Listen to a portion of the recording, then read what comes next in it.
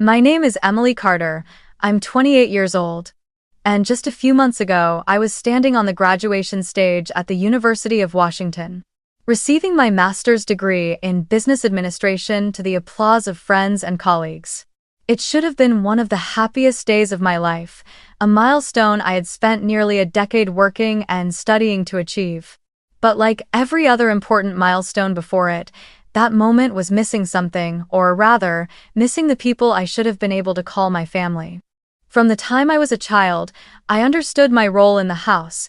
I was the one who gave in, the one who would sacrifice to keep the peace, the one endlessly compared to Ashley, my sister 3 years younger and the golden girl in our parents' eyes. Richard and Linda Carter, my parents, live in a quiet coastal town in Oregon, the kind of place where everyone knows everyone and gossip can travel through every cafe in a single morning. To the neighbors, we were the picture-perfect family. My father ran a long-standing hardware store, my mother worked at the city library, and my sister and I grew up in a 2-story wooden house with flowers hanging from the balcony and Christmas lights still glowing into February. But what the neighbors never saw was the stark imbalance in the way my parents treated me compared to Ashley. Ashley was the long-awaited child, cherished and protected as if the world might break her at any moment. When Ashley wanted to take dance lessons, my parents immediately hired a private instructor. When she said she wanted to travel to Europe, to broaden her horizons, they bought the plane tickets without hesitation. And me? I was taught that money was hard to earn, that you need to be independent to learn to appreciate things, that you couldn't always rely on your parents. So, from the age of 16, I worked evening shifts at a roadside cafe, saving every dollar for books and tuition, while Ashley never had to wonder where her next meal would come from. I used to think this was just a difference in parenting styles, that my parents were making me stronger. But over time, I realized this favoritism wasn't some grand parenting strategy, it was a choice, and it was never a choice in my favor. I still remember my undergraduate graduation day. My parents arrived nearly an hour late because we had to take Ashley shopping for her performance costume, and when I received my first diploma, they snapped a few quick photos and left before the ceremony even ended. The day I told them I had been accepted into the MBA program at the University of Washington, my father simply nodded and said, "Good. But don't expect us to help with the money." So I did exactly as they said. I handled it all myself. I applied for scholarships, worked part-time, took on extra marketing consulting projects for small businesses, and spent 2 full years juggling a full-time course load with over 40 hours of work each week. On graduation day, I knew they wouldn't be there, and sure enough, the seats reserved for my family sat empty. But right after the ceremony, as I was taking pictures with friends on the lawn in front of the main building, I received an unexpected call from my maternal grandparents' attorney. The deep, steady voice of Mr. Samuel Pierce, their longtime lawyer, came through the line. "Emily, your grandparents left their entire estate to you. We need to meet to discuss the details." I froze, not because of the money, since I didn't even know the amount yet, but because I had never realized my grandparents trusted and loved me that much. My maternal grandparents, Harold and Margaret Lewis, were the ones who nurtured the best parts of who I am. Their old seaside home, with red brick walls, a wide porch overlooking the ocean, and a rose garden that bloomed brilliantly every summer, was where I would go whenever I felt lost.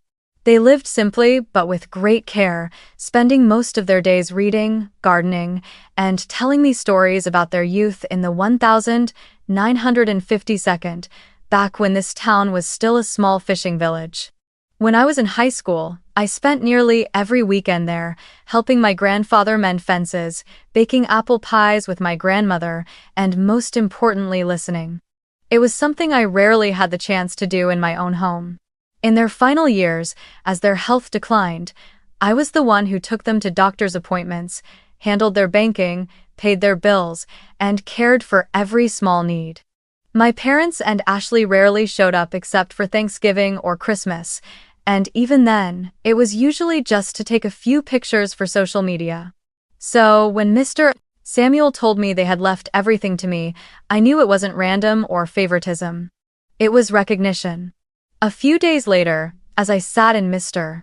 Samuel's warm, wood-paneled office in the center of town, he placed a thick folder in front of me and said, "Your grandparents' current estate value is about $1 million, including the old house and their financial investments.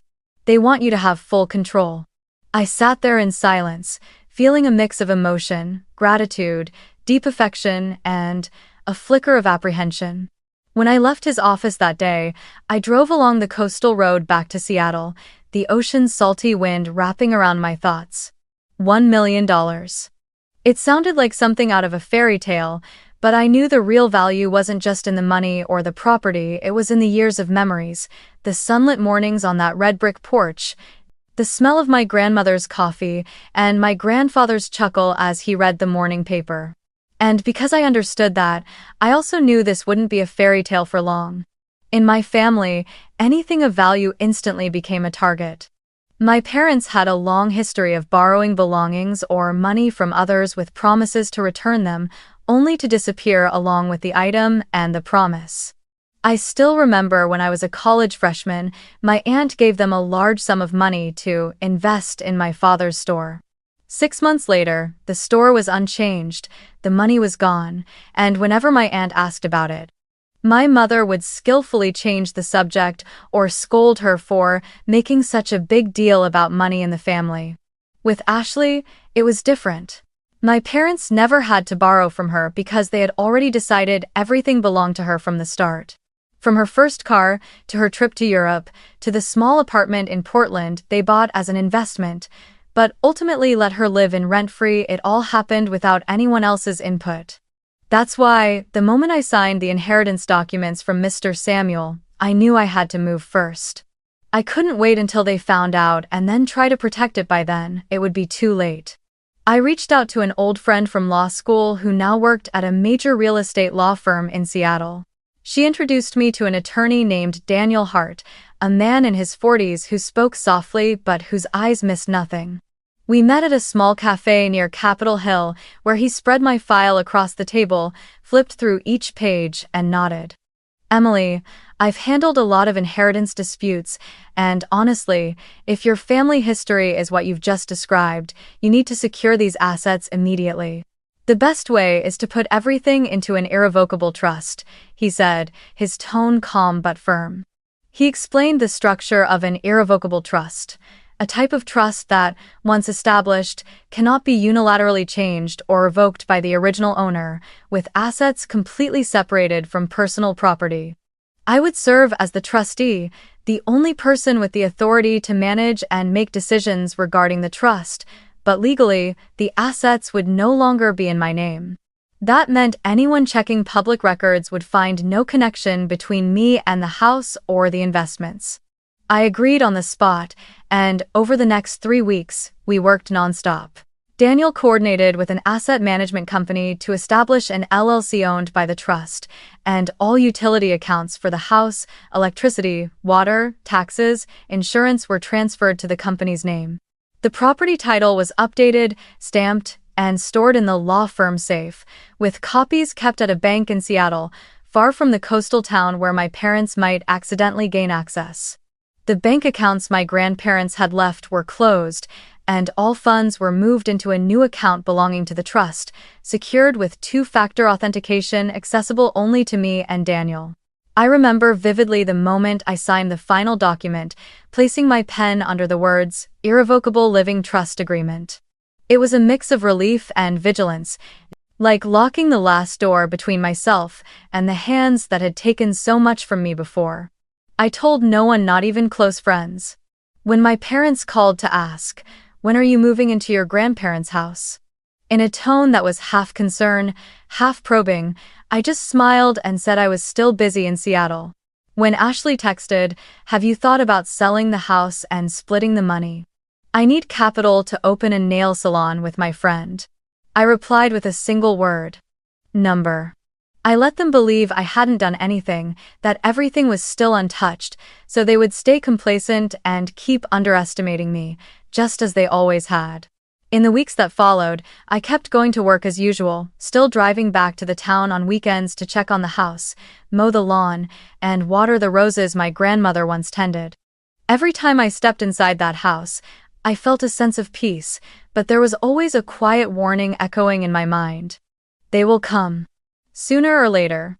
And because of that, I held my secret even tighter. I instructed Daniel to ensure that no one but me would receive any notifications or correspondence related to the trust. All bills were paid online, leaving no paper trail in the house. I even installed a discreet security camera system, hidden from plain sight, just to make sure that if anyone decided to drop by unexpectedly, I would know immediately. Once everything was in order, I felt like I could breathe a little easier. I had built a solid legal wall around my grandparents' assets, a wall my parents and Ashley couldn't tear down with a few forged documents or a tearful story. But I also knew that, for them, that wall would only make them want to climb higher, dig deeper. And when that day came, I would be ready. In the first few months after everything had been fully transferred into the trust, things were unusually quiet. No urgent phone calls, no long-winded text messages filled with exclamation marks, no surprise appearances by my parents at my grandparents' house with the excuse of just passing by. But that silence didn't give me peace. On the contrary, it felt like a still lake where I knew for certain there were undercurrents moving beneath the surface. Occasionally, in our brief phone calls, my mother would say things that sounded casual but carried a heavy undertone. It would only be fair if your grandparents left the house to both you and your sister, or, Ashley has so many memories there too, you should think about sharing so she doesn't feel excluded. I would just smile faintly, give a non-committal, neither confirming nor denying, letting them interpret my silence however they wanted. Ashley was more subtle. She began dropping by for the most ordinary reasons, bringing me some cookies Mom had just baked, delivering a few items. Mom said she left at Grandma and Grandpa's, or, sometimes, simply stopping in because she was passing through on the way back from Portland. But each time, Ashley's eyes were never really on my face. They drifted over the bookshelves, the wall where my grandparents' photo hung, and especially the wooden cabinet where I kept unimportant papers, at least unimportant to me, but potentially very interesting to someone looking for proof of ownership. I never let her stay alone in the living room, and whenever Ashley would accidentally ask, "Do you still have the house papers? I just want to look at them for fun," I would smile and steer the conversation elsewhere as if I hadn't heard the question. My parents also started behaving differently. After years of near neglect, they suddenly seemed far more interested in me. One Friday evening, I received an invitation to come home for dinner, with Mom adding pointedly, "We need to have a family talk, nothing's more important than this." When I arrived, the meal was far more elaborate than usual. Roast meat, wine, freshly baked apple pie. Throughout dinner, the conversation revolved around phrases like managing the inheritance together, preserving the memories your grandparents left, and making sure everyone benefits fairly. They never said it outright, but every word was meant to remind me that, in their eyes, my grandparents' house and assets were not mine alone, they were family property. I nodded, smiled occasionally, neither rejecting nor agreeing, letting them believe I had made no legal preparations, that I was still the obedient daughter who could be persuaded. Other times, my father would call with an unusually cheerful tone, asking if I needed anyone to help maintain the house, saying he knew some workers who could repair the roof, repaint the porch, or check the wiring for safety. I knew it was just an excuse to get people inside, and I would always decline politely, saying I was learning more about property management and wanted to handle it myself. He would pause for a few seconds, then change his tone, half joking, half serious. "Just afraid you won't be able to hold on to it, and then you'll have to call us in." I would simply respond with a light laugh, never taking the bait. During that time, I also started watching them more closely. I noticed Ashley began posting vague social media updates about fairness and sharing within the family, sometimes accompanied by photos of my grandparents' house taken from a distance, clearly from her drop-by visits. My parents, meanwhile, started reconnecting with relatives they rarely spoke to, as if building a quiet network of support. I heard from an aunt that my mother had been telling people, "Emily's young, so she needs guidance to make sure she doesn't waste what her grandparents left." All of it came together into a clear picture. They were preparing for a big move, but they weren't ready to strike just yet. I kept my routine unchanged, still visiting my grandparents' house every weekend to tend the garden and clean inside, still working steadily in Seattle. But in my mind, I knew this was only the calm before the storm. They needed time to find a legal angle, or at least a convincing story that could win sympathy from others. And I needed this same time to watch, to memorize every look, every offhand remark, every subtle gesture that might be a fragment of a larger plan. My silence wasn't passivity. It was strategy. I let them feel confident that I wasn't on guard, that I was still the same Emily from years ago, the girl too buried in her studies to think about protecting her own interests. Because when they believed the prey was standing still, they would draw closer, and that was exactly when I wanted them in my sights. That morning, the coastal town lay under a thin veil of clouds, with weak sunlight spilling over the front yard, glinting off scattered red and gold maple leaves along the stone walkway. I wore a gray sweater, broom in hand, leisurely sweeping the leaves into a corner, listening to the distant crash of waves. The salty tang of the morning breeze, the cries of seagulls woven into the rustle of leaves, made the moment feel unusually peaceful until the hum of an engine broke it apart. A familiar black SUV turned into the driveway, its tires crunching over the gravel. I recognized it immediately. It was my parents' car. Before I could even wonder why they were here, the passenger door swung open and Ashley stepped out, her golden hair tied neatly back, her face glowing as if she'd just achieved something monumental. My mother followed, carrying a slim folder in her hands, while my father climbed slowly out of the driver's seat, wearing that smile I knew too well, the one he used right before making some important announcement. Ashley broke the silence first. "Hey, sis," she said brightly, striding toward me as though we were about to share some wonderful news. "This house is in my name now. Mom and Dad want you to move out this week so I can renovate and sell it. I already have a potential buyer." The words spilled out in one breath, without a single pause, as if everything had been decided long ago and I was merely being informed. I tightened my grip on the broom handle, feeling the damp, cool wood against my palms, but kept my face calm. My father stepped forward, holding out a set of papers stamped with something in blue ink, pushing them toward me as he spoke. "We've been working with a lawyer. Turns out, in your grandparents' will, there was a section that wasn't updated after Grandma passed. Technically, the house should belong to both you and your sister, but your grandfather accidentally left that part out. We've fixed that error and transferred ownership to Ashley so it's easier to manage. You already have a place to live, don't you? This is the most reasonable solution." My mother stood beside him, nodding in agreement, her eyes carrying that look of "this is for everyone's benefit." I looked at the stack of papers, noting the pages printed from an unofficial source, the seal that looked suspiciously fake, the shaky signatures, and above all the way they presented it to me with such confidence, as if I would obediently nod and agree. Inside, I almost wanted to laugh, but outwardly, I only tilted my head slightly and let a thin smile curl across my lips. "Really?" My question came slowly, carrying no trace of surprise, more like an idle comment on the information I'd just been given. Ashley blinked, seemingly unsure why I was so calm. "Yes, really. You don't have to worry. I'll make sure everything is handled quickly. I think you can have all your things moved out within a week. I'll hire people to clear the place for renovation. Everything will go smoothly." Her voice held a hint of excitement, as if she had been waiting for this moment for a long time.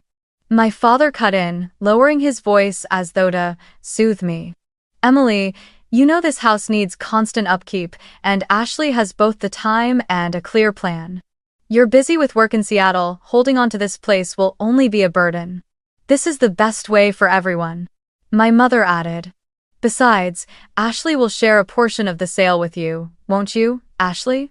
Ashley nodded rapidly, though her eyes flashed with the certainty of victory. I said nothing more. I let the silence stretch for a few seconds, giving them the confidence that I was actually considering their offer, when in reality, I had anticipated this exact scene months ago. I knew every step they would take, knew they would show up with a story, half true, half invented, knew they would present documents they thought would be enough to push me out of this house. And I also knew that today was not the day to expose everything. Instead of arguing, I leaned the broom against the porch wall, wiped my hands on my jeans, and spoke in an even tone. I've heard you. I didn't call them mom, dad, or sister in my reply, and that made Ashley's brow crease slightly, though she kept smiling. Good, then we'll be back soon to get started. I'll call the moving company today, she said with a note of relief. My father folded the papers, slipping them back into his jacket pocket as if the matter were already settled. They left after a few awkward pleasantries, the SUV rolling down the drive and disappearing around the bend, leaving a faint trace of exhaust mingling with the salt in the air. I stood there for a long moment, watching until the car was gone, feeling a strange calm settle over me. Not because I was accepting defeat, far from it, but because I knew the real game was only just beginning.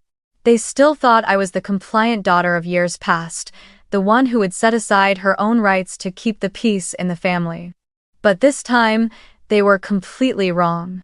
Inside the house, I poured myself a cup of tea, settled into the armchair by the window, and opened my laptop. I sent Daniel a short message. They came, exactly as expected. Prepare for the next step. No.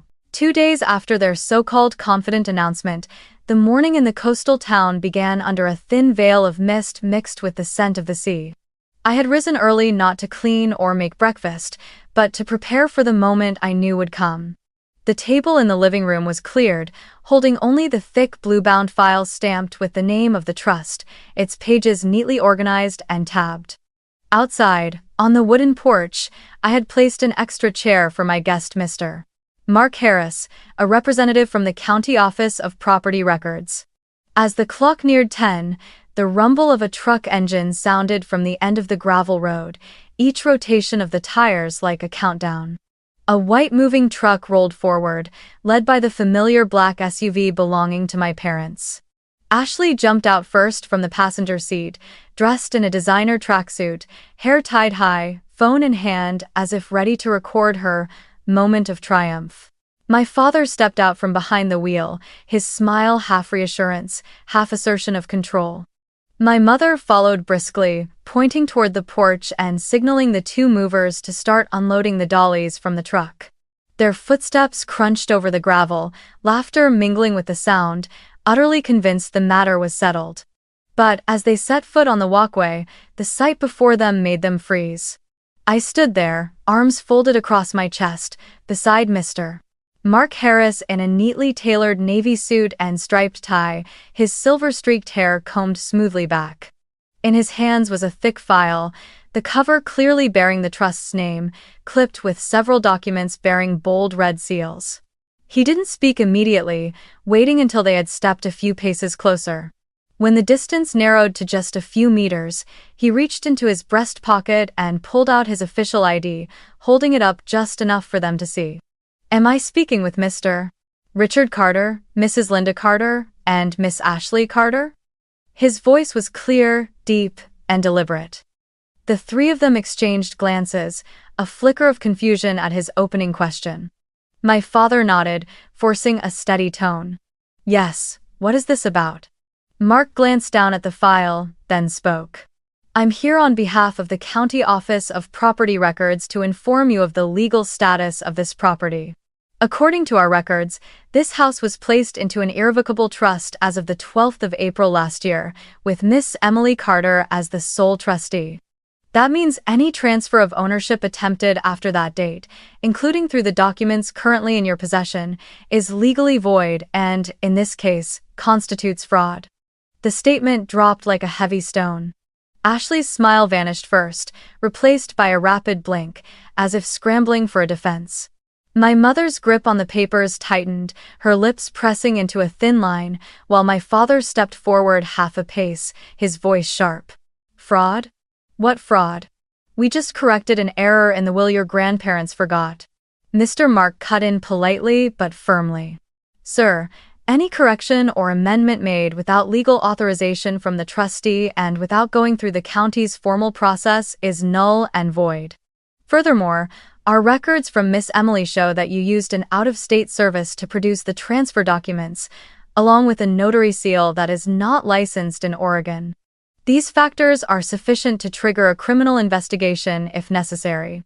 I stayed silent, watching their reactions. The two movers, who had been standing at the edge of the porch, exchanged uneasy glances. One coughed lightly, then slowly stepped back toward the truck. Ashley swallowed hard, trying to regain her voice. What are you doing, Emily? We're family. I turned to meet her gaze directly, my voice dropping low. Family doesn't bring forged documents to throw me out of the house my grandparents trusted me to protect. Family doesn't hire people to clear out my belongings without my consent. Mr. Mark picked up where I left off, his voice still steady but each word weighted. I will file an official report of today's events, along with a formal warning. If you return here with any further intent to take possession, we will proceed to the next step, including contacting the police and the district attorney's office to open a case. He handed my father a copy of the notice, then turned to me. Miss Carter, all management and control rights to this property remain entirely with the trust, under your authority. My parents and Ashley lingered for a few seconds longer, as if hoping I might change my mind. When they saw nothing but my calm, steady gaze, my father spun on his heel, his voice clipped. Let's go. Ashley shot me a glare, spitting out. You'll regret this. I answered only with the faintest smile, a smile sharp enough to unsettle them more than any words could. The movers had nearly jogged back to the truck by then, packing up their gear far faster than they had unloaded it. When the SUV and moving truck rolled away, leaving the gravel drive quiet again, I exhaled slowly. Mr. Mark closed the file, handed me a copy, and said, They'll try again, but today you showed them it won't be easy. I nodded in thanks, walked him to his car, then stood on the porch looking out at the ocean. The waves kept their steady rhythm, as if no one had tried to disturb the peace of this house. But I knew this was only the opening round, and I'd have to be ready for whatever came next. 3 days after the confrontation on the porch with Mr. Mark Harris as witness, I returned to Seattle and tried to focus on my usual work. But that Wednesday afternoon, as I stepped into my apartment, I saw a yellow envelope placed neatly at the door. The corner bore the name of a law firm in Portland, and the neatly typed line, Atten, Emily Carter, told me exactly what I was about to read. Inside was a 4-page letter, printed on heavy paper in a formal serif font, titled, Formal Demand for Settlement. The sender, my mother's attorney. I sat down at the kitchen table and read every line. Right in the opening paragraph, they claimed my mother was acting on behalf of the family's interests and accused me of violating my moral and emotional obligations by not sharing my grandparents' estate. Then came the list of demands. $150,000 in cash as emotional distress compensation for my mother, joint ownership of the seaside house with Ashley, and a monthly stipend, until further notice, to ensure the family's long-term well-being. The reason? They wrote that my keeping the entire estate had caused severe emotional strain and damaged the mother, daughter, and sisterly bonds. By the time I finished reading, I felt equal parts amused and exhausted. Instead of reacting impulsively, I picked up my phone, opened my contacts, and found the name of the one person I knew could help me handle this. Sonia Patel, an estate and trust attorney Daniel had introduced to me when I was finalizing my grandparents' asset transfer. Sonia was in her early 40s, petite, soft-spoken, but with every word as precise as a surgeon's scalpel. I scheduled a meeting for the next morning at her downtown Seattle office, bringing both the letter and a copy of the trust documents. The moment I sat down across from her, Sonia opened the letter, skimmed through it, then looked up at me with a faint, tilted smile. Emily, they're playing legal intimidation games, and they think you'll panic. When I asked what she wanted to do first, her answer came immediately. We're going to send them a cease and desist demanding they stop all harassment, making it clear their claims have no legal basis. And then, we're going to investigate in the other direction. Within 2 days, Sonia had the letter drafted. Her tone in it was both polite and formidable, affirming the absolute legality of the irrevocable trust, stating that neither my mother nor Ashley had any legal claim, and warning that any further attempts to threaten or harass would result in legal action against them. The letter was sent via certified mail to both my mother's attorney and her home address in Oregon. But Sonia didn't stop there. Using Mr. Mark's file and the information I provided, Sonia traced the documents they had brought during the moving truck incident. She checked the notary stamp number and discovered it didn't exist in Oregon's notary database. Then, by reviewing the transaction registration code, she found the filing had been made through an out-of-state online property record service, one that several states had already flagged as a hub for forged filings designed to bypass local verification. And the name listed as the filer? Ashley Carter. When Sonia said it aloud, I felt both relief and a cold, sharp anger run down my spine. Relief, because we now had irrefutable proof this wasn't just a family misunderstanding, but a deliberate act of fraud. Anger, because my own sister, the girl who once stood next to me on the same high school graduation stage, had willingly signed her name on a forged document to steal our grandparents' home. Sonia's voice hardened. With this evidence, if they keep pushing, we'll hand it over to the fraud division of the district attorney's office. You won't need to say much, these documents will speak for themselves. I left Sonia's office that day with a copy of the preliminary investigative report, the cease and desist letter already sent, and a feeling completely different from when I'd first opened that yellow envelope at my door.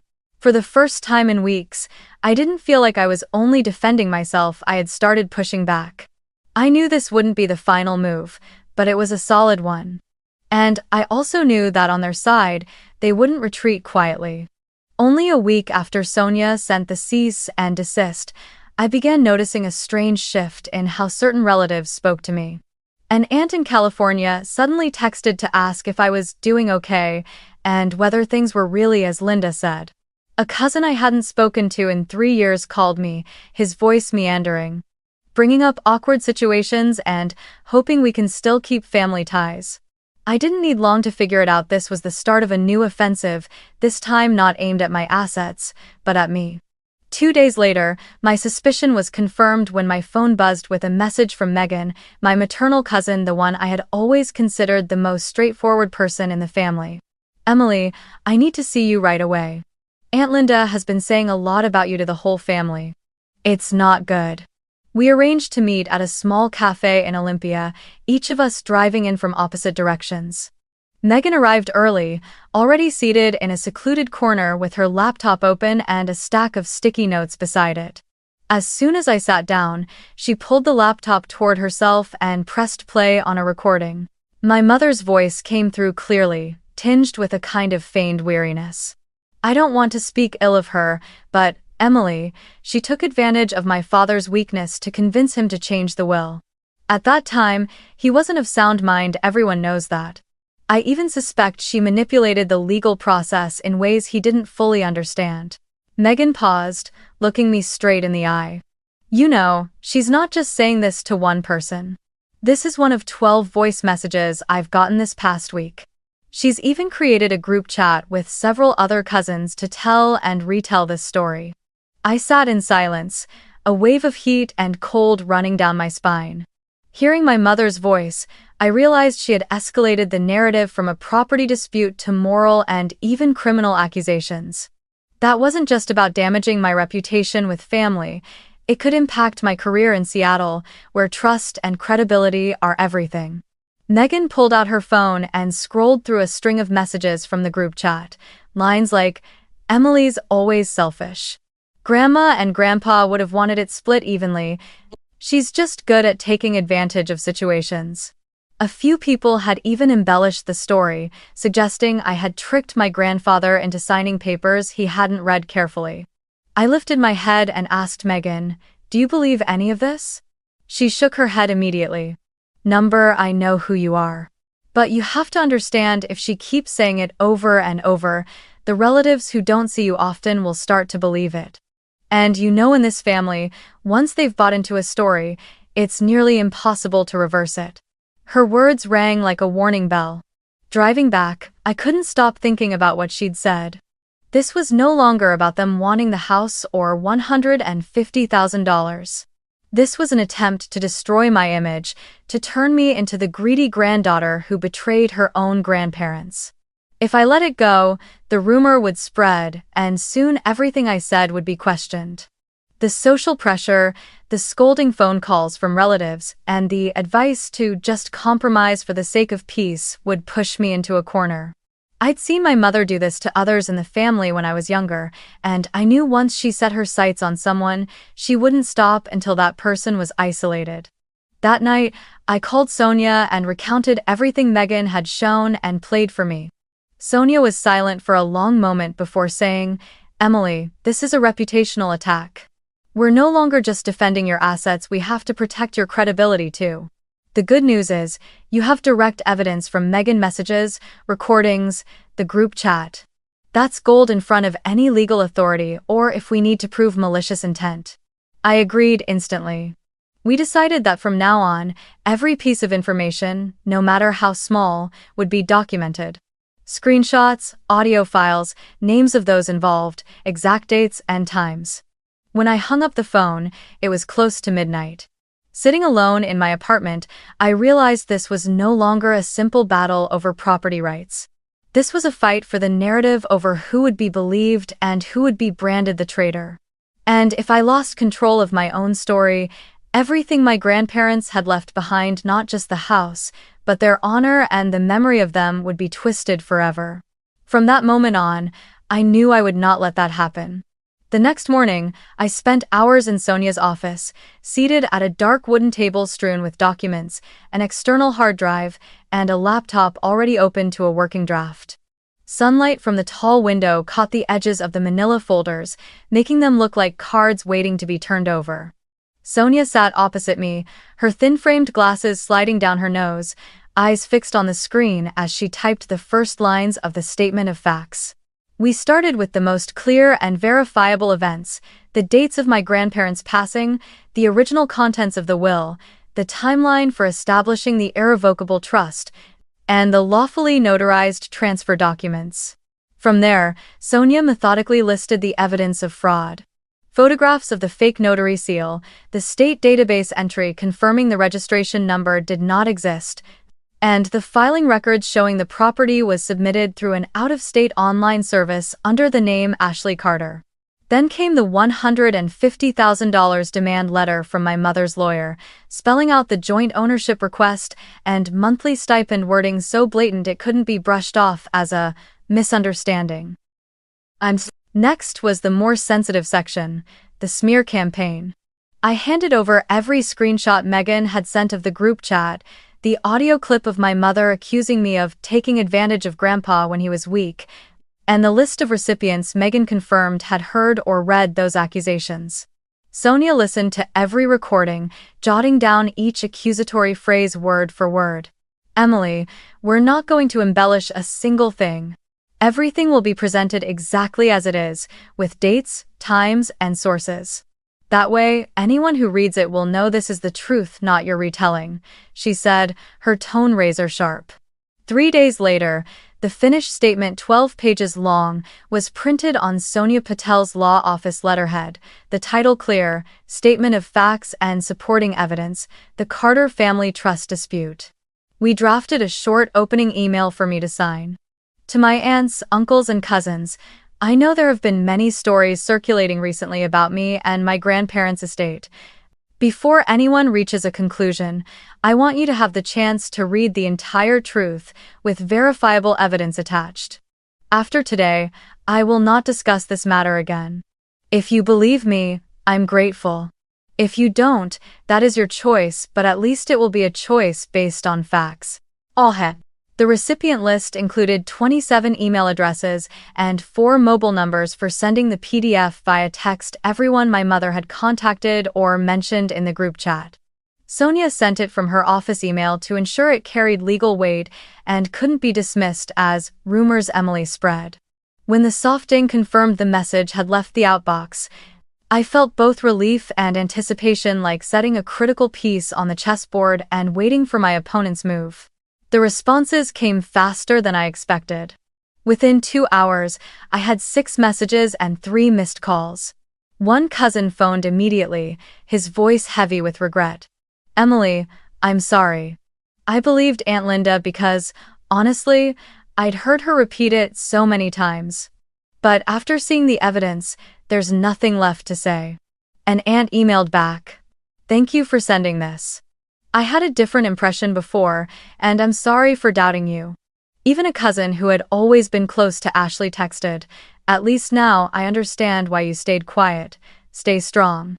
Of course, not everyone changed their minds. 3 people, all from my father's side, responded sharply, accusing me of trying to manipulate the story and only presenting what benefits you. One even claimed I had fabricated the documents, despite the fact they were certified copies from the notary office and the county property records department. I wasn't surprised when someone has already decided what to believe. The truth isn't always enough to sway them. But for every one of those objections, I received at least 5 messages of support. The most unexpected was a call from Aunt Robin, who for years had treated Ashley like her own daughter. Her voice trembled. "Emily, I'm truly ashamed. I've said things about you I shouldn't have, and I believed what your mother told me. I just finished reading everything, and I don't know how to apologize enough." I didn't scold her. I simply told her I hoped she understood why I had to do this.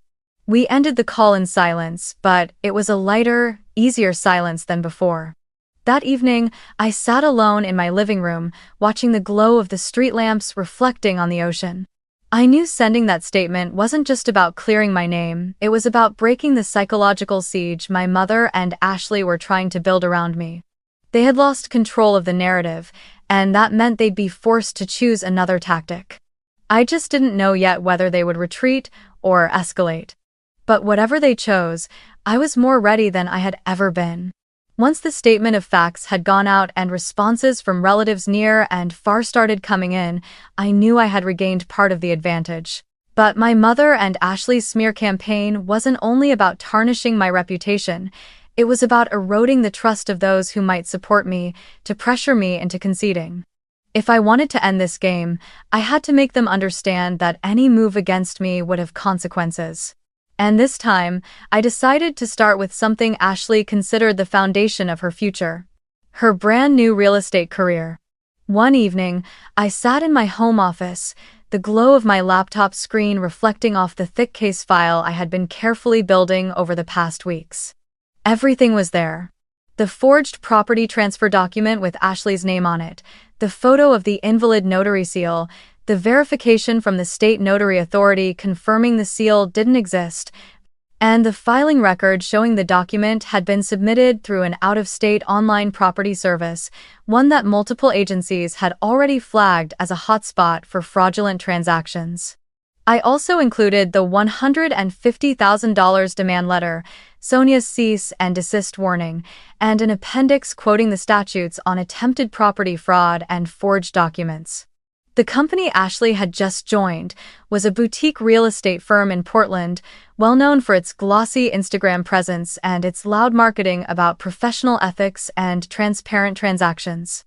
Their website had a dedicated contact form for reporting ethical violations or fraudulent conduct, along with a pledge to take all such reports seriously. I knew this was the door I needed to knock on. I drafted a short but precise email, attaching the entire case file as a numbered, indexed PDF. The opening lines were simple. To the Ethics and Compliance Department at Horizons Land, I am submitting the attached file regarding your new employee, Ashley Carter. This file contains verifiable evidence of real estate fraud, including falsified documents and the use of an invalid notary seal in an attempt to unlawfully obtain property valued at over $1 million. I believe this information directly concerns your company's reputation and legal compliance obligations. Sincerely, Emily Carter.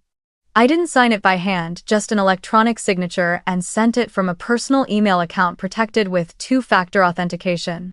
When I hit send, My heart thudded hard, not from fear, but from knowing that once this information left my hands, the gears of another machine would begin to turn.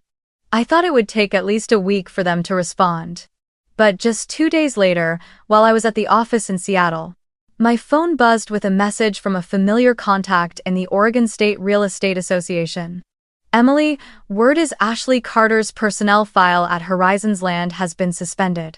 They're launching an internal investigation, and the file's already been sent to the State Real Estate Licensing Board. I read that twice before feeling a cool rush spread through my chest. The next update came quickly. That afternoon, Sonia called, a note of satisfaction in her voice. They didn't just terminate Ashley on the spot, they also sent their report to the board. And guess what? The county office has officially filed charges for attempted property fraud and forged documents, based on the evidence we'd previously provided to Mr. Mark. I leaned back in my chair, gazing out the window at the sheets of Seattle rain. The county's charging notice was sent directly to my mother's home address in Oregon, and I knew that the moment that envelope was opened, the air inside that house would change forever. Attempted property fraud wasn't just a phrase in a law book, it was a criminal charge, one that could leave a permanent stain on a record no employer or client would want to touch. Forged documents was even worse. It proved deliberate deception and interference with legal filings.